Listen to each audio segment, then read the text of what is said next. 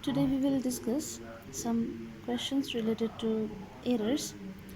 See, the first question, it is given that if the percentage error in the measurement of effective length of a simple pendulum is 8% and the time period is 3%, find the percentage error in g. So here g is acceleration due to gravity. This formula we got while discussing about the dimensional analysis method. Okay, there you actually got it in this way: t is equal to k constant root over L by G. So whether it is a constant or 2 pi, whatever we write, finally in the error calculation we are not taking the constant or whatever we get here. So those value, that value will be excluded. So you can write here k, as well as you can start with 2 pi also. So from this formula we will start and then we will square it. So squaring both sides, here we got t square, this 2 pi will be 4 pi square, and root over L by G, if you square it, this root over will not be there, it will be L by G. G is taken this side, t square is taken down. So according to the formula, that is the fourth formula, probably that is the division formula. Actually it is a combination, it is a combination of division as well as the power. So we will use the fifth formula. So here delta G by G, 4 pi square we are not going to consider, it's a constant.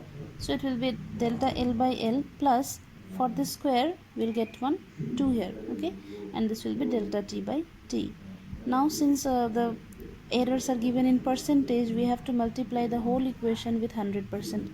So 100%, 100% and 100% is multiplied. Now this as a whole is the percentage error in G which we are supposed to calculate. This as a whole, including the 100, is the percentage error in length, which is given 8%.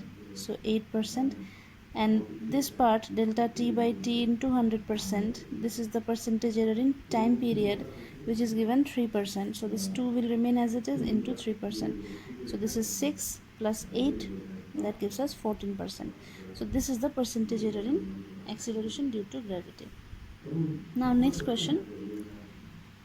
Okay, before we move to the next question, one thing you have to remember here is that maximum permissible error. Suppose you have taken a measurement of 1.252 centimeter. Now here the error is not mentioned. How much is the error? It is not mentioned. But that one thing is confirmed, that the instrument that you are using for this measurement, that instrument after decimal can measure 3 digits. Okay, so it is permitted that in the last digit you may get some error. In the last digit means here, suppose if you tell someone that you did one experiment and you got the value as this, that person will accept that this value, this 2, it can be either 3 or it can be 1 also. Okay, that is the maximum permissible error, because when you are performing the experiment you are permitted to have this much error, not more than that. So this is the maximum permissible error. So how much is the maximum permissible error? It is 0.001. Either you when you perform the experiment, when you are getting this value, it is expected that if you do the error also in the experiment, that error either that will be the answer will be 1.253 or it will be 1.251. So what is the maximum permissible error that you are permitted to do? It is 0.001. Okay, now suppose another example I am giving. Suppose you have taken a measurement and the value comes as 2.25 centimeter. In that case, after decimal you are measuring 2 digit. So when you tell somebody that you have performed an experiment, you got the value as this, that person will permit, okay, to have an error of how much? 0.01. That means when you are telling that this is the value, it is understood that the value there can be little error, and due to the error the value can be 2.24 or it can be 2.26, either 0.001 more or 0.01 more or 0.01 less. So what is the maximum permissible error here? 0.01. Here it is 0.001. if somebody says you did an experiment, you got the value as 2.2, so your error will be 0.1 after decimal 1. Okay, 1 digit, so 0.1. After decimal 2 digits, so 0.01. After decimal 3 digits, so 0.001. In that way we do. Or in case if no decimal is there, suppose you have taken a measurement and the value comes as suppose 2 kg, you are measuring mass, the value comes as 2 kg, or suppose 20 kg. Okay, so in that case, what is the maximum permissible error? This value either it can be 21 kg or it can be 19 kg. So maximum permissible error in this case will be 1 kg when no point is there. Alright, so in this way we will proceed. Now let us see this question. In Ohm's law experiment, this Ohm's law experiment you got it in class 10. V equals to IR, potential equals to current into resistance. So in Ohm's law experiment, the potential drop across the resistance is V equals to 5.0 volt. What is the significance of this 0.0? See, 5.0 and 5 is quite same only, right? But this 0, I mean this 0.0 represents that the device that you are using, that device after decimal it can measure 1 digit. So that is why it is 5.0 volt. So here what will be the maximum permissible error? After decimal you have 1 digit, so the maximum permissible error will be 0.1 volt. So that's what I have written here. V is 5 volt, but the error delta V, maximum permissible error, is how much? 0.1 volt.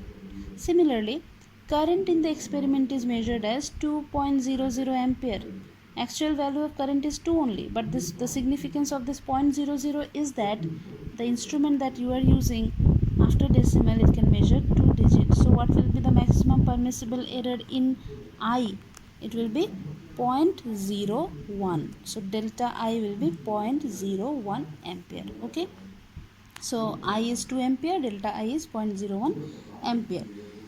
Now we are asked to calculate the resistance. Okay, so for that we have the formula. We have V equals to IR. This is Ohm's law in class 10, you got this one. So from this R equals to V by I. Now from this delta, use the formula number 4, I think, that is for division. Delta R by R equals to delta V by V plus delta I by I. So delta R by R will be equal to delta V, already we got the value, 0.1 by 5. This is 0.01 by 2. Okay. Now while doing this type of calculation, don't take LCM here.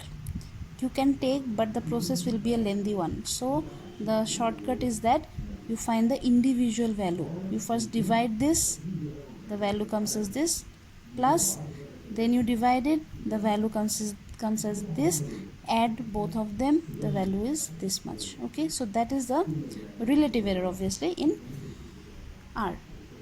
Then if this is the relative error, the percentage error will be how much?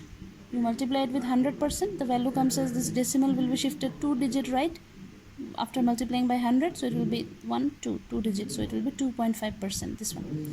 Then again from this formula we are writing delta R should be equal to this value into capital R. This R will go that side, so delta R is this value. Okay, this value into R. Now R means the resistance, so resistance we can calculate using the formula V by I. V is given 5, I is given 2, so resistance comes as 2.5. Substitute this value of 2.5 here in place of R, multiply, you get this value. So that is the delta R, means it is the maximum permissible error. So finally our resistance will be R plus minus delta R. So R is 2.5, this is the value of R, plus minus delta R is this much, 0.0625, this much of ohm.